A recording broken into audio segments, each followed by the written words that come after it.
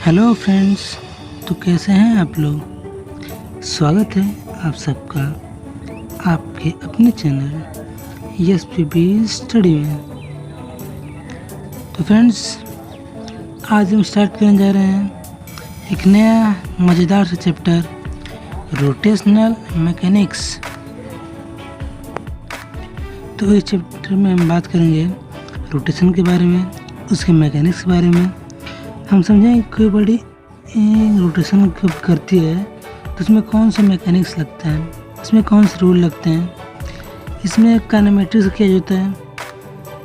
साथ ही साथ हम समझेंगे कि इसमें जो फोर्स का टॉर्क कैसे प्रोड्यूस होता है, एंगुलर मोमेंटम क्या होता है, ठीक है। और बहुत से ऐसे टॉपिक्स हैं जिसके बारे में हमसे बात करेंगे, जैसे कि मोमेंट ऑफ इनर्शिया के बारे में बात करेंगे, डिफरेंट बॉडीज़ की मोमेंट ऑफ इनर्शिया क्या होगा। इन सारे टॉपिक्स से बात करेंगे जो कि इस चैप्टर से रिलेटेड है, रोटेशनल से। तो चलिए फ्रेंड्स शुरू करते हैं एक ऐसा नया चैप्टर, मज़ेदार चैप्टर, रोटेशनल मैकेनिक्स। सबसे पहले बात करते हैं हम रोटेशन के बारे में कि रोटेशन होता क्या है। तो अगर आप सिंपल सा रोटेशन का डिफिनेशन लिखना चाहें तो लिख सकते हैं। तो जब कोई रिजिड बॉडी एक पॉइंट के अलॉन्ग एक सर्कुलर फॉर्म में मोशन करेगी, तो उस मोशन को हम कहेंगे रोटेशनल मोशन। अब उस मोशन में लगने वाले रूल्स मैकेनिक्स को समझने को ही कहते हैं रोटेशनल मैकेनिक्स। तो सबसे पहले समझते हैं कि अगर उस पॉइंट की जगह पे अगर रिजिड बॉडी किसी लाइन के अलॉन्ग मोशन करेगी तो हम क्या कहेंगे उसको, और वो कैसे मोशन करेगी उस लाइन क्या कहेंगे, तो हम देख लेते हैं। तो सबसे पहला हमारा टॉपिक है rotation of rigid body about A given fixed line. एक गिवन फिक्स्ड लाइन के अलॉन्ग किसी रिजिड बॉडी का रोटेशन। तो इस कॉन्सेप्ट समझने के लिए हम एक रिजिड बॉडी लेंगे। तो इसमें हम एक कोई ऐसी बॉडी लें जो कि सर्कुलर फॉर्म में हो, ताकि हम आसानी से समझ सकें। या तो कोई प्लेट ले लें, बॉल ले लें, टेनिस रैकेट ले लें, या फिर कोई कुछ भी हो जो सर्कल फॉर्म में हो उससे लीजिए, ठीक है। तो हम यहाँ पे एक सपोज कीजिए कि एक प्लेट ले लेते हैं, ठीक है। ये प्लेट ले लिया हमने, सर्कुलर फॉर्म में है, ठीक।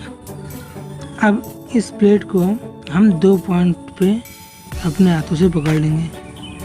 इन दोनों पॉइंट को यहाँ इस फिगर में मैंने पॉइंट से दर्शा दिया है, ठीक।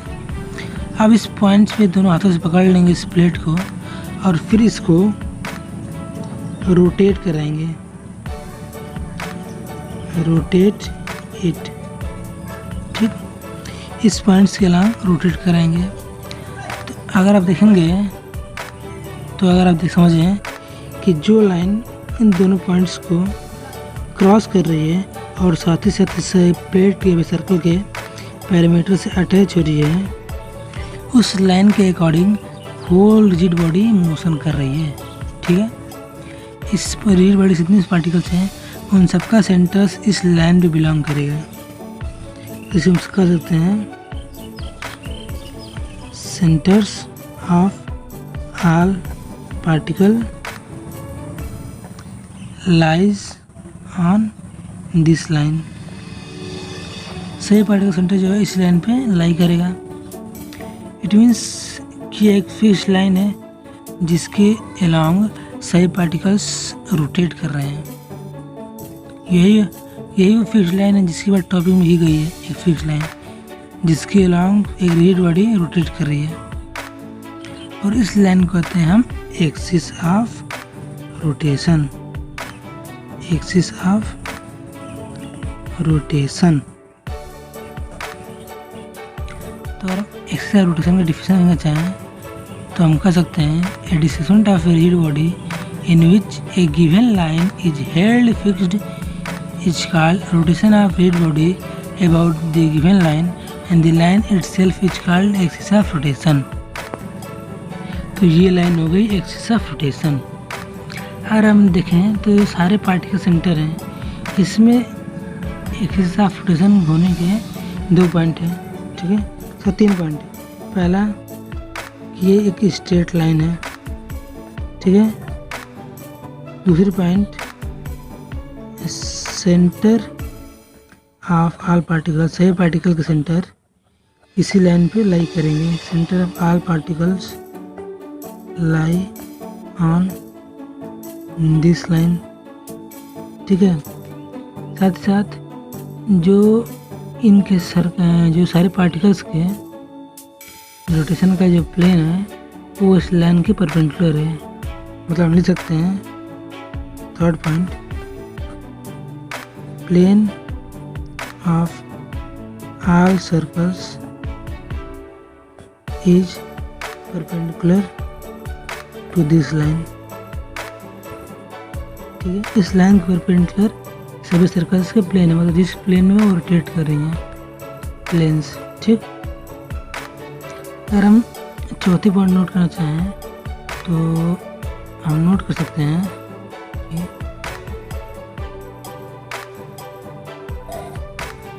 कि every particle complete its rotation in same time duration।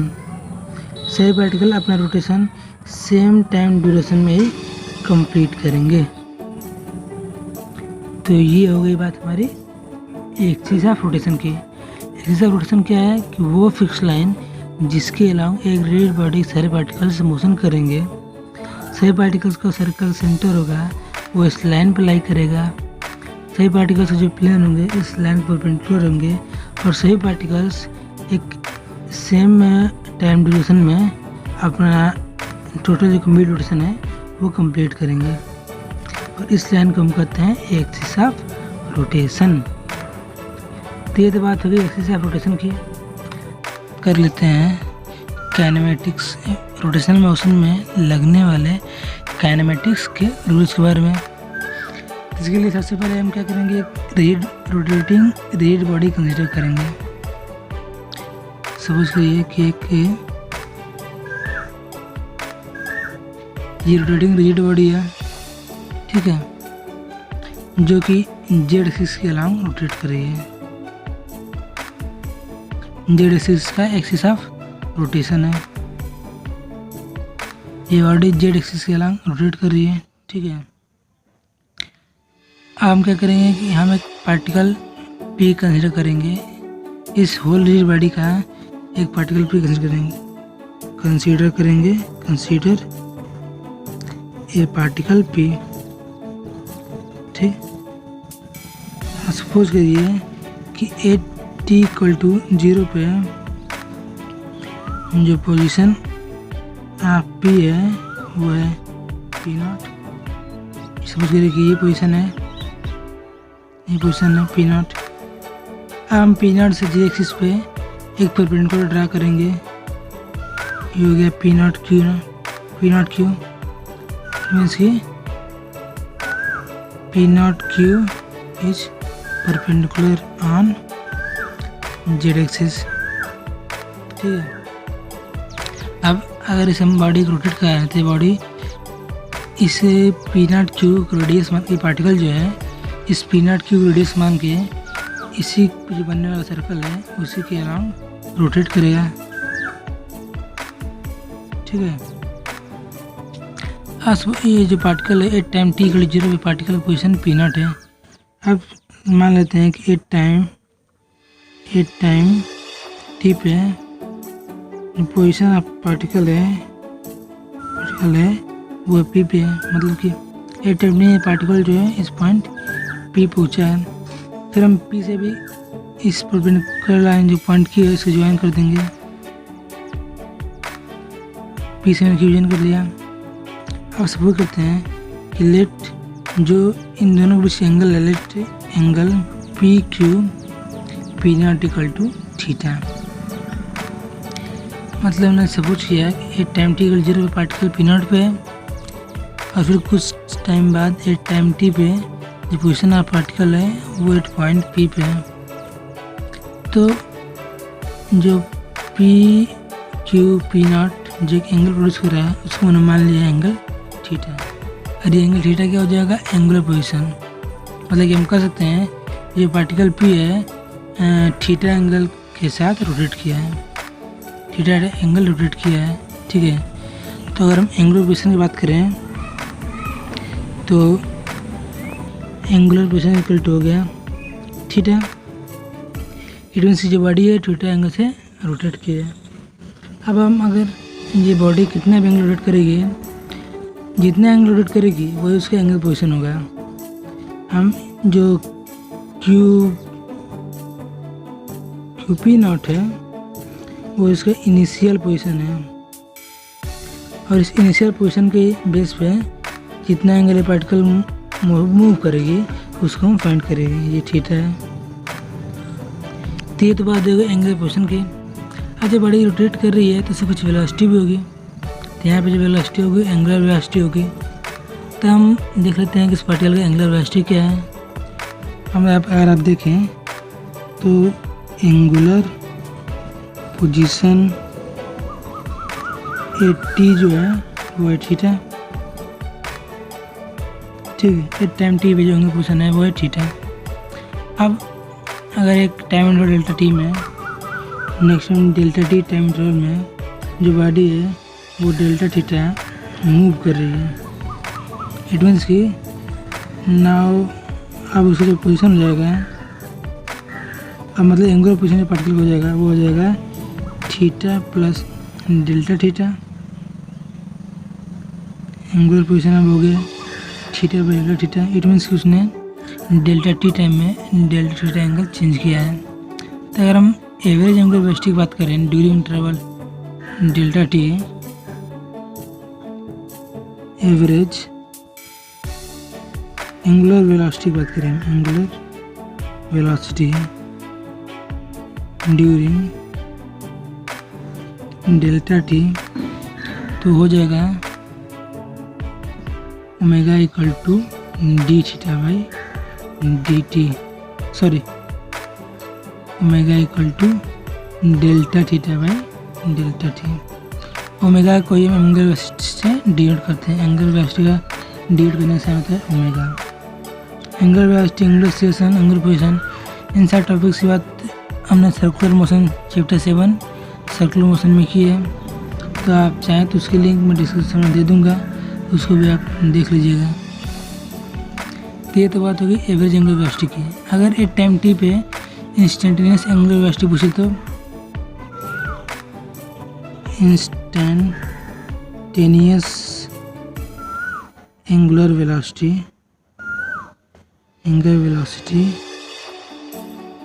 Eight time t, angular time t equal to होगा omega equal to d theta by D t. ये हो गया instantaneous velocity at time t. तो बात कर ली हमने एंगुलर वेलोसिटी की। अगर आप जानते हैं कि वेलोसिटी एक वेक्टर कंपोनेंट है, वेक्टर क्वांटिटी है, वेलोसिटी एक वेक्टर क्वांटिटी है, तो इसका कुछ ना कुछ तो डायरेक्शन होगा।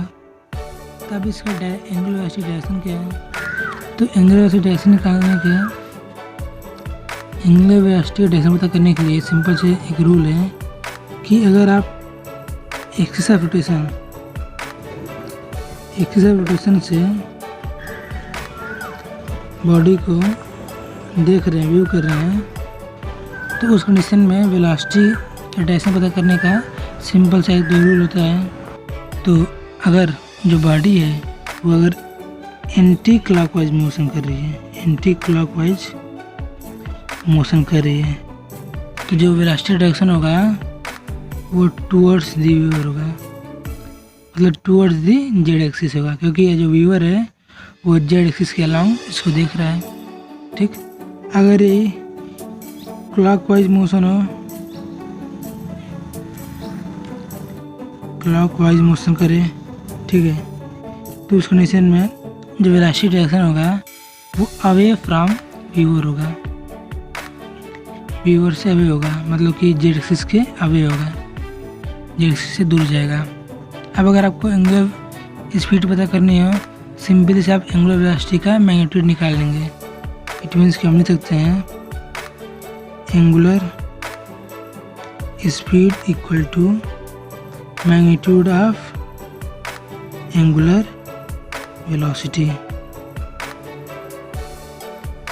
अगर हम एंगुलर वेलोसिटी की यूनिट की बात करें तो SI unit of angular velocity होता है रेडियन पर सेकेंड, या फिर अगर रोटेटिंग बॉडी है तो रिवोल्यूशन पर सेकेंड भी हो सकता है, रिवोल्यूशन पर सेकेंड। तो रिवोल्यूशन को रेडियन चेंज करने के लिए होता है, हमारे पास फॉर्मूला होता है 1 revolution equal to 2 pi radian. ये कन्वर्जन फार्मूला होता है रिवोल्यूशन से रेडियन में कन्वर्ट करने का। तो मैंने बात कर ली एंगुलर वेलोसिटी की। अब अगर बॉडी जो है इक्वल एंगल रोटेट कर रहा है इक्वल टाइम इंटरवल में, अगर बॉडी इक्वल एंगल रोटेट कर रहा है इक्वल टाइम इंटरवल में, इट मीन्स कि उसका जो एंगल वेलोसिटी है वो कांस्टेंट है।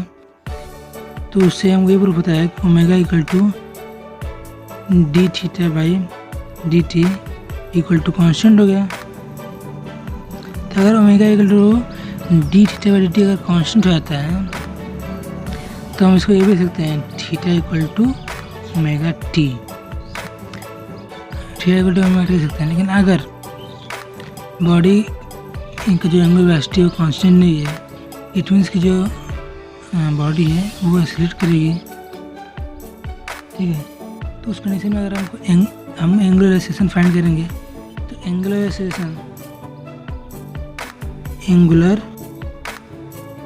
एक्सेलरेशन को हम अल्फा से डिनोट करते हैं, ठीक है। और अल्फा इक्वल टू होता है d omega by D T. और हमारे पास क्या है omega equal to d theta by D t, तो हम इसको लिख सकते हैं d d t of d omega by D t. It means कि d two d t two of omega. तो ये हमारा आ गया angular acceleration d two d t two of omega. अब अगर एंगुलर एक्सेलरेशन कांस्टेंट हो जाए, मतलब एंगुलर वेलोसिटी कांस्टेंट नहीं है, एक्सेलरेशन कांस्टेंट हो जाए, तो अब अगर एंगुलर एक्सेलरेशन अल्फा जो कांस्टेंट हुआ तो उस कंडीशन में हमको मोशन ऑफ स्ट्रेट लाइन के बेसिस पे हमको 3 इक्वेशंस मिल जाएंगे। पहला क्या है omega equal to omega naught plus alpha t. दूसरा हो जाएगा theta equal to omega naught t plus 1/2 alpha t square. और तीसरा हो जाएगा omega square equal to omega naught square plus 2 alpha theta. यहाँ पे जो ओमेगा नॉट है वो एंगुलर वेलोसिटी है, angular velocity t equal to 0 पे। तो हमारे 3 इक्वेशन हो गए, इक्वेशन फर्स्ट, इक्वेशन सेकेंड और इक्वेशन थर्ड। अगर आप इन 3 इक्वेशन का डेरिवेशन देखना है तो इससे रिलेटेड में डेरिवेशन जो है मोशन स्ट्रेट लाइन का, उसका डेरिवेशन मैंने रेस्ट एंड मोशन चैप्टर 3 में मैंने बताया है।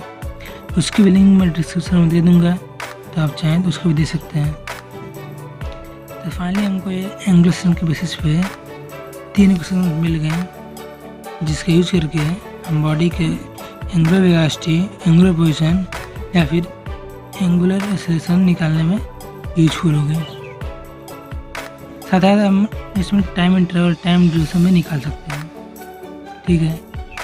अब ये तो बात हुई एंगुलर एक्सेलरेशन, एंगुलर वेलोसिटी की। अब मैं आपको एक एग्जाम्पल समझाता हूँ, जिसमें कि आप समझ सकते हैं कि पार्टिकल्स जो हैं उनमें एंगुलर वेलोसिटी कब होती है, एक्सेलरेशन कब होता है, कब एक्सेलरेशन कांस्टेंट रहता है और कब उनकी एक्सेलरेशन डिसलेट होने लगता है। तो अगर इसको देखना है तो सबसे पहले आपको ये सारे जो फंडामेंटल्स हैं इनका यूज आपको जब भी कोई एक सीलिंग फैन है उसमें देखने को मिल जाएगा। मीन्स क्या, जैसे हम सीलिंग फैन को स्टार्ट करते हैं, जैसे मैंने सीलिंग फैन स्टार्ट किया तो स्टार्टिंग के समय जो फैन होता है वो एक्सेलरेट करता है, मतलब उसकी जो वेलोसिटी होती है omega equal to d theta by D t, वो टाइम के साथ इंक्रीज होती है।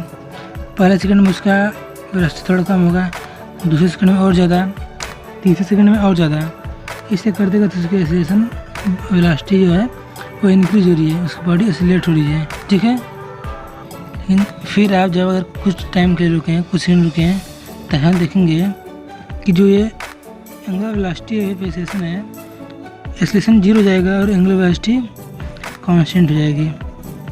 अब अगर आप फ़ैन को ऑफ़ कर दें, ठीक, ऑफ़ कर दें, तो आप पाएंगे जो उसकी एंगुलर वेलोसिटी एक्सेलरेशन जो है वो डिक्रीज होने लगेगा, मतलब कि बॉडी डीएक्सेलरेट हो जाने लगेगी। मीन्स कि जो velocity omega equal to d by D t है वो डिक्रीज होने लगेगा।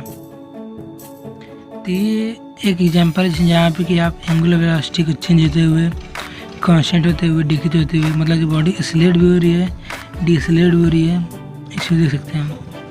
हमारे आसपास बहुत सी ऐसी चीज़ें हैं जो कि रोटेशन मोशन करती हैं, जैसे कि आप देख लें ceiling fan, table fan, door, window, wheel, खुद अर्थ, ये सब रोटेशन करते हैं। इन सब का एक सीधा रोटेशन होता है, इनमें भी काइनेमेटिक्स के रूल्स लगते हैं। ठीक है, तो सभी पार्टिकल जो रोटेट करें उनके लिए जो रूल है वो सेम रहता है। तो ये तुमने देख लिया रोटेशनल मैकेनिक्स में काइनेमेटिक्स के रूल को। अगर आपने ध्यान दिया तो आप समझो कि ये जो बॉडी है उसमें लीनियर मोशन भी हो रहा था, तो अब हम लीनियर मोशन को रोटेशन के साथ रिलेट करते हैं। किसी भी बॉडी का लीनियर मोशन और उस रोटेशन को हम रिलेट कर देते हैं, हम पता करते हैं उनके पीछे रिलेशन क्या है। ठीक है, तो इसी पे बेस हमारा नेक्स्ट अगला टॉपिक है relation between the linear motion of particle of a rigid body and it's rotation. तो इसके लिए भी जो मैंने पहले पार्टिकल स्टडी किया था, जो फिगर था उसी को हेल्प करते हैं। जो मैंने पार्टिकल पी कंसिडर किया था वो थीटा एंगल से रोटेट कर रही थी। आप सपोज कीजिए हमने परपेंडिकुलर ड्रा किया था क्यूपी नॉट, वो उसका रेडियस होगा उस सर्कल का, जिस सर्कल के अलावा मूव कर रही होगी उसका रेडियस हो गया, रेडियस क्यूपी नॉट हो गया। तो उसकी रेडियस, उसकी वैल्यू जो है वो आर स्मॉल आर है। ठीक, रेडियस की स्मॉल आर है, इन दोनों के बीच का एंगल जो है वो थीटा है। तो अगर हम इसका लीनियर मोशन पता करें एट टाइम टी पे जो उसका लीनियर मोशन होगा, linear motion of particle S equal to हो जाएगा आर इंटू थीटा। मतलब जो ये लीनियर मोशन इतना है, पी नॉट से जो डिस्टेंस है इसी आता है लीनियर मोशन, लीनियर डिस्टेंस ही है। तो ये जो लीनियर डिस्टेंस है, मोशन का फिर डिस्टेंस कर सकते हो आप, हाँ डिस्टेंस वो s equal to r theta यही है। तो अगर हम बस linear distance s equal to r theta है तो linear speed v equal to होता है d s by D t. Means कि आर तो कॉन्स्टेंट है, change by d, r d theta by D T, और d theta by D T value होती है ओमेगा इक्वल टू हो जाएगा आर ओमेगा। इट मीन्स हमको फाइनली मिल गया v equal to r omega. अगर हम लीनियर एक्सेलरेशन की बात करें जो कि टेंजेंशियल लीनियर एक्सेलरेशन या फिर टेंजेंशियल एक्सेलरेशन से कर सकते हैं, तो linear acceleration A equal to होता है D V by D T, V की वैल्यू है आर ओमेगा, तो आर कांस्टेंट है, R D omega by D T, और D omega by D T value होती है अल्फ़ा इक्वल टू हो गया आर अल्फ़ा। इट मीन्स कि एक्सेलरेशन ए इक्वल टू हो गया आर अल्फ़ा। तो ये हो गया हमारे हमको मिल गया लेयर मोशन और रोटेशन के बीच का रिलेशन। में जो रिलेशन है, ठीक, वेलोसिटी जो उनकी रिलेशन है वो है v equal to r omega, और जो उनके एक्सेलरेशन का रिलेशन है वो है a equal to r alpha. अब जो r की वैल्यू वो तो कांस्टेंट है, ठीक है, r की वैल्यू कांस्टेंट है, तो अगर r इक्वल टू 0 हो जाए तो लीनियर वेलोसिटी 0 हो जाएगी, एक्सेलरेशन में 0 हो जाएगा। तो ये पार्टिकल जो एक्सेलरेशन ट्रांजिशन है और जो ये लीनियर एक्सेलरेशन है, ये दोनों का रिलेशन हो गया, ये दोनों की वेलोसिटी का रिलेशन हो गया, ठीक है। तो ये हमने फाइंड कर लिया motion according to linear motion of rigid body according to rotation of body. मतलब रोटेशन के फॉर्म में linear motion, linear speed, linear acceleration हमने फाइंड कर लिया। तो ये दो रिलेशन हो गया हमारा लीनियर मोशन और रोटेशन के बीच का। अब हम बात कर लेते हैं रोटेशनल डायनामिक्स की। तो रोटेशनल डायनामिक्स क्या होता है, सोच के लिए है कि आपने अपने घर में फ़ैन लगा, कोई फ़ैन हो, सीलिंग फैन हो, ठीक है, या फिर टेबल फैन हो, उसको आपने स्विच ऑन कर दिया। जब आप स्विच ऑन करते हैं तो जो फ़ैन है वो स्टार्ट कर देता है रोटेशन करना है, स्टार्ट रोटेशन, ठीक, वो रोटेशन स्टार्ट करता है, लेकिन जो उसका सेंटर ऑफ फैन है, ठीक, वो रिमेन अनचेंज है। Centre of fan remain unchange, साथ ही साथ उसका जो सेंटर ऑफ मास है वो भी एट रेस्ट में है। Centre of mass is at rest, ठीक है। सेंटर ऑफ मास रेस्ट में, इट मीन्स कि जो इस पर लगने वाला एक्सटर्नल फोर्स है उस पर जितना भी एक्सटर्नल फोर्स लग रहा है उन सबका सम इक्वल टू होगा 0 के। Sum of all external forces equal to 0। लेकिन सेंटर ऑफ मास जो है वो रिमेन रेस्ट है, इट मीन्स कि जो सम ऑफ एक्सटर्नल फोर्स 0 है, लेकिन इसके बावजूद जो फैन है उसके पास एक एंगुलर एक्सेलरेशन है। Fan have angular acceleration. अब एंगुलर एक्सेलरेशन है तो उस पर जो है रिजल्टेंट एंगुलर एक्सेलरेशन है, जबकि रिजल्टेंट फोर्स जो है वो 0 है। एंगुलर एक्सेलरेशन प्रोड्यूस हो रहा है जबकि रिजल्टेंट फोर्स जो 0 है, इट मीन्स कि बिना किसी एक्सटर्नल फोर्स के जो बॉडी है उसके पास एक एंगुलर एक्सेलरेशन है, ठीक है। तो अगर हम कहें कि अगर बिना किसी फोर्स से एंगुलर एक्सेलरेशन है तो जो हमने स्विच ऑन किया है तो उससे कौन सा फोर्स प्रोड्यूस हुआ है वो कहाँ गया। स्विच ऑन करने के लिए फोर्स प्रोड्यूस हुआ है। नहीं तो अगर एक व्हील की बात करें, तो व्हील का भी सेंटर ऑफ मास जो होगा अनचेंज होगा, मतलब कि उस पर रिजल्टेंट जो फोर्स लग रहा है, रिजल्टेंट एक्सटर्नल फोर्स, वो भी 0 होगा। लेकिन जो व्हील है, वो तो मोशन नहीं कर रही है, ठीक भाई।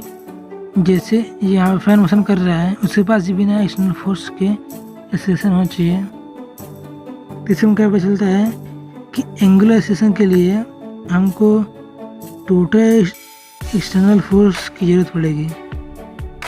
बिना एक्सटर्नल फोर्स के angular momentum, angular acceleration produce नहीं होगा। तब यहाँ पे बहुत कन्फ्यूजन का समय आ गया कि एक तरफ कह रहा है कि सम ऑफ ऑल एक्सटर्नल फोर्स 0 है और इस बॉडी के पास एंगुलर एक्सेलरेशन है, दूसरी तरफ ये भी कंडीशन दिया जा रहा है कि एंगुलर एक्सेलरेशन जो है बिना किसी एक्सटर्नल फोर्स के प्रोड्यूस होगा ही नहीं, ठीक है। तो हमारे पास इसमें 2 पॉइंट्स निकल कर रहे हैं। पहला पॉइंट कर रहे हैं कि जो सम ऑफ एक्सटर्नल फोर्स है, सम एक्सटर्नल फोर्स है वो 0 है, फिर भी बॉडी के पास हैविंग एंगुलर एक्सेलरेशन है। सम ऑफ एक्सटर्नल फोर्स 0 है, उसके पास उस कंडीशन में भी बॉडी के पास एंगुलर एक्सेलरेशन है। ठीक है, और दूसरा पॉइंट ये कह रहा है कि विदाउट एक्सटर्नल फोर्स, बिना किसी एक्सटर्नल फोर्स के बॉडी जो है, body can not produce, body जो है एंगुलर एक्सेलरेशन प्रोड्यूस नहीं कर सकती है। ठीक है, मतलब बिना किसी एक्सटर्नल फोर्स की बॉडी एंगुलर एक्सेलरेशन प्रोड्यूस नहीं कर सकती है। और दूसरा पहला पॉइंट कह रहा है कि बॉडी का सम ऑफ एक्सटर्नल फोर्स 0 है, लेकिन उसके पास भी एंगुलर एक्सेलरेशन है। तो अब इस एंगुलर एक्सेलरेशन प्रोड्यूस होने का कारण क्या है, इसके लिए कौन रिस्पॉन्सिबल है? तो इसका आंसर है टॉर्क। टॉर्क जो है इस एंगुलर एक्सेलरेशन के लिए रिस्पॉन्सिबल है।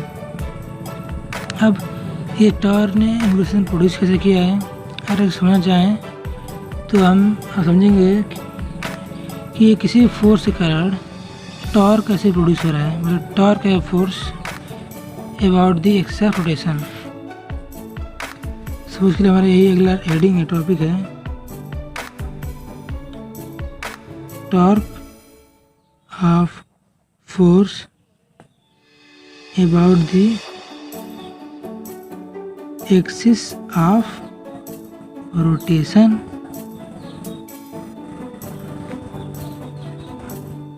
तो सपोज करिए कि एक पार्टिकल P है, ठीक है, जो कि एक ऑरिजिन O से उसका जो पोजीशन वेक्टर है वो है वेक्टर R। ठीक है, और इस पार्टिकल P पे एक एक्सटर्नल फोर्स लग रहा है वेक्टर F, एक्सटर्नल फोर्स लग रहा है वेक्टर F। अब फोर्स F के कारण ऑरिजिन पे जो टॉर्क प्रोड्यूस हो रहा है उसे हम फाइंड करना चाहें तो हम लिख सकते हैं torque of force F about O is, torque हम टाउ यूज करते हैं, tau equal to vector R cross vector F, tau equal to vector R cross vector F। ठीक है, तो अगर हमने यहाँ पे अपने सपोज किया है कि सिंगल पार्टिकल सपोज किया है, अब अगर यही एक रिजिड बॉडी हो तो उसका टॉर्क हम कैसे फाइंड कर सकते हैं? तो अब ठीक है, हमने एक सिंगल पार्टिकल का टॉर्क देख लिया। अगर ये रिजिड बॉडी हो, सपोज करिए कि रिजिड बॉडी है, ठीक, ये ए बी जो है वो उसका एक्सिस ऑफ रोटेशन है, एक पार्टिकल है जो पॉइंट P पे है, और ये ऑरिजिन हो पार्टिकल P पोजीशन वेक्टर है वो है R। ठीक, अब पार्टिकल P पे फोर्स एक्सटर्नल फोर्स लग रहा है vector F, an external force vector F act on particle P, लेकिन जो फोर्स है F is not in plane of ABP। जो F है वो प्लेन AP के AB में नहीं है। तो अगर हम torque of F about force F का पॉइंट ऑफ व्यू जो टॉर्क प्रोड्यूस हो रहा है अगर फाइंड करना चाहें तो हम सकते हैं torque of F about O is tau equal to vector R cross vector F। अब अगर हम इस कंपोनेंट की बात करें अलॉन्ग O है, एक्सिस ऑफ रोटेशन के अलॉन्ग, अगर इसके कंपोनेंट की बात करें, अब अगर हम टॉर्क जो हमने टाउ निकाला है tau equal to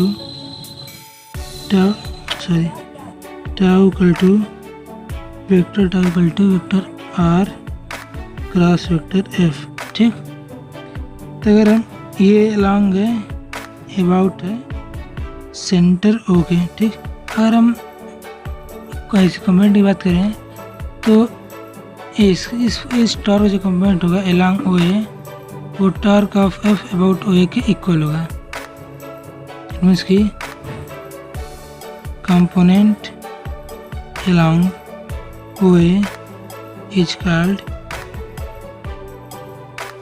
torque of F about OA।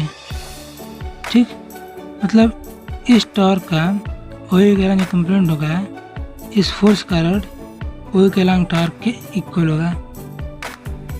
तो अगर हम इस कंपोनेंट को टॉर्क को फाइंड करना चाहें, ठीक, तो इस टॉर्क फाइंड करने में टॉर्क का वेक्टर F, ठीक, असल जो टॉर्क है वो OA के साथ एक थीटा एंगल प्रोड्यूस कर रहा है। जो vector R cross vector F है वो AB के साथ थीटा एंगल प्रोड्यूस कर रहा है। ठीक है, तो अगर हम टॉर्क अबाउट OA निकालें तो torque about OA tau equal to हो जाएगा vector R cross vector F cos theta. तो ये हमने फाइंड कर लिया torque of F about OA। अब हमने जो टॉर्क निकाला है वो OA के अलॉन्ग निकाला है। तो अगर हम इस OA के अलॉन्ग और ये चूज करना चाहें तो हम तो होल जो पूरा ये OB है whole AB we can choose any point is the centre on line AB। Line AB पर किसी पॉइंट को हम ए सेंटर मान सकते हैं। सपोज करिए कि हमने इस पॉइंट O' को ए सेंटर माना, ठीक है, तो अगर हम O' को एक पॉइंट मार रहे हैं लाइन पे जो सेंटर है तो torque of F about O1 हो जाएगा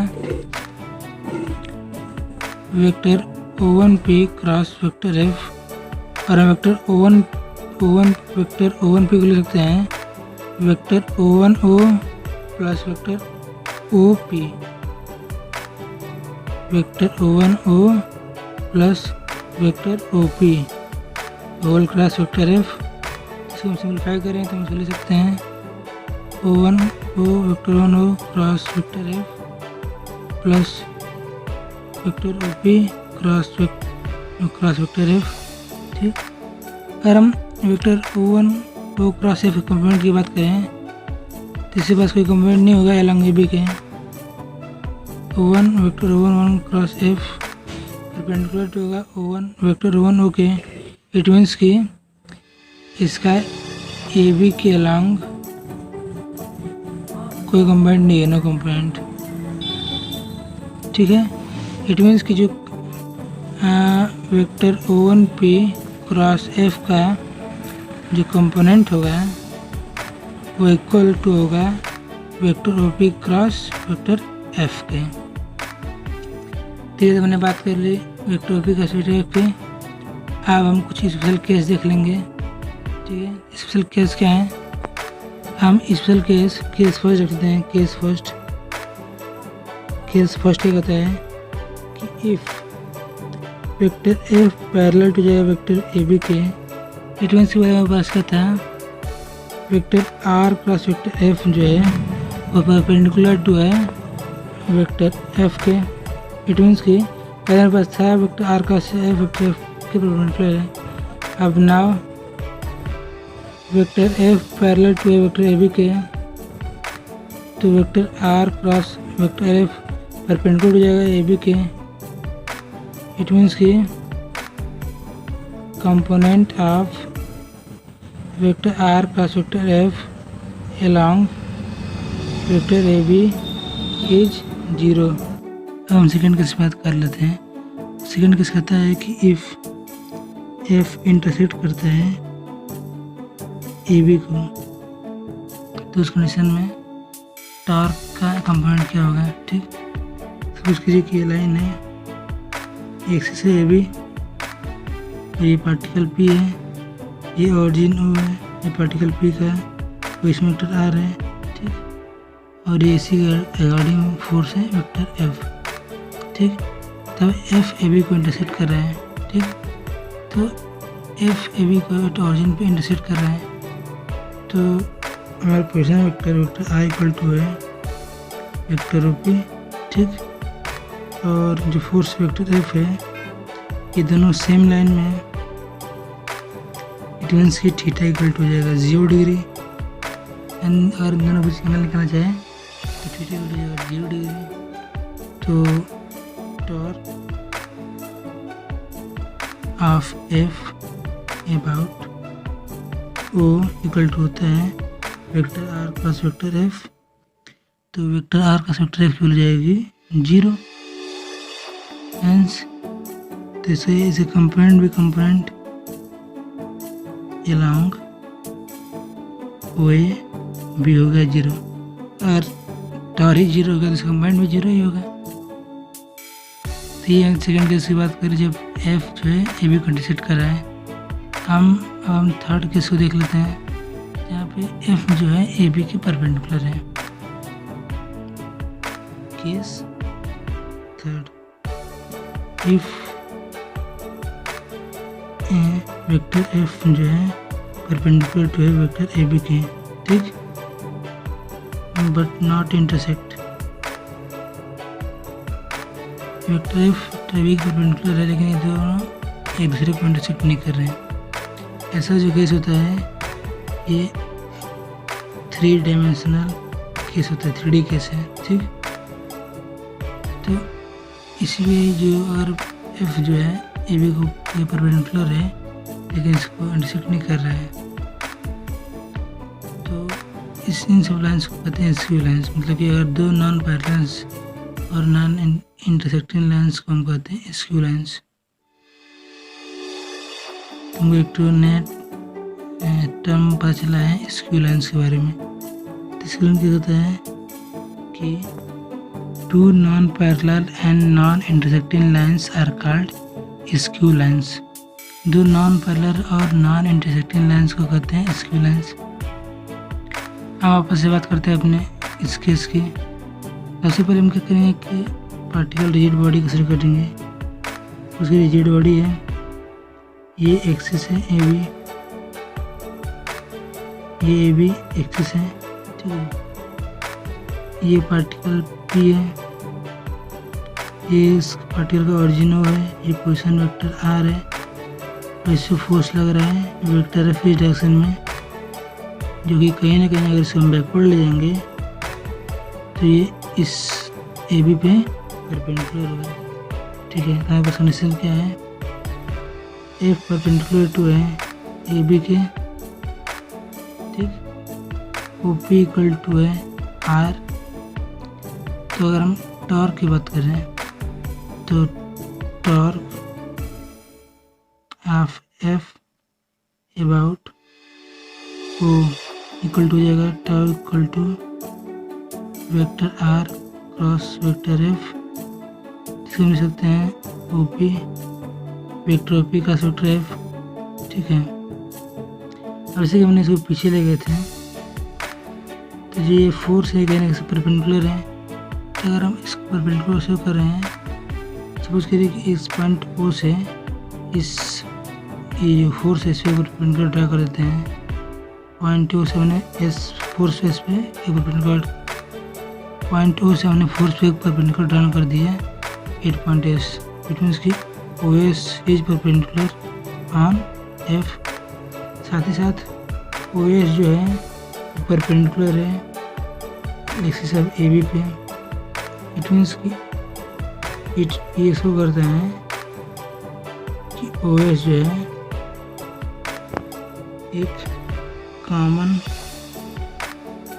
कॉमन परपेंडिकुलर है ऑन एफ एंड एक्सिस, ठीक। तो अगर हम यहाँ पे ये 90 डिग्री प्रोड्यूस कर रहे हैं, ठीक। टाउ इक्वल टू हमारे पास है vector R O P cross vector F, ठीक। अगर इसको हम इस मैग्नीट्यूड फॉर्म में लिखें तो हम लिख सकते हैं tau equal to R F sine theta. सोचिए ये एंगल जो है थीटा एंगल बना रहे हैं यहाँ पे, ठीक। आर एफ साइन थीटा, ठीक है। तो आर एफ साइन थीटा, तो R sine theta equal to हो जाएगा ओ एस, तो इक्वल टू हो जाएगा एफ डॉट ओ एस, हमको मिलेगा tau equal to F dot O S, ठीक है। अब अगर हम डायरेक्शन की बात करें टॉर्क की, तो torque equal to vector O P cross vector F का जो डायरेक्शन होगा, डायरेक्शन वो एलांग होगा एक्सिस के, एक्सिस ए बी के। अब ऐसे क्या होगा, क्योंकि जो ओ पी है वो एक्सिस के परपेंडिकुलर है, ठीक। ए बी जो है एक्सिस पर ओ पी परपेंडिकुलर है और ए बी एफ के परपेंडिकुलर है। वेक्टर ए बी जो है परपेंडिकुलर जो है वेक्टर ओ पी के, ठीक। And vector A B also perpendicular to है वेक्टर एफ के, इसलिए जो टाउ वेक्टर ओ पी का वेक्टर जो डायरेक्शन होगा वो ए बी के लंग होगा। इट मीन्स कि जो ए बी के अबाउट जो टॉर है वो इक्वल टू होगा magnitude of tau, magnitude of tau के इक्वल जाएगा ए बी का टॉर। तो अगर हम जो टॉर निकालते हैं about A B, torque about A B के अबाउट जो हम टॉर प्रोड्यूस करेंगे वो जो इसकी वाली जो वैल्यू है वो मैग्नीट्यूड ऑफ टाउ के इक्वल जाएगी, equal to magnitude of tau, मतलब कि इक्वल टू हो जाएगा एफ डॉट ओ एस, या फिर इक्वल टू हो जाएगा F R F sine theta के। ये हमने फाइंड कर लिया टॉर्क अबाउट ओ बी। इससे हमको एक थ्योरम एक मिला है, उसे हम लिख सकते हैं। तो ये हमने लिख सकते हैं कि torque of F about A B is equal two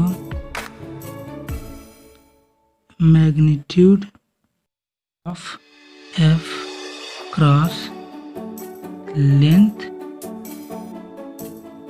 of the common perpendicular.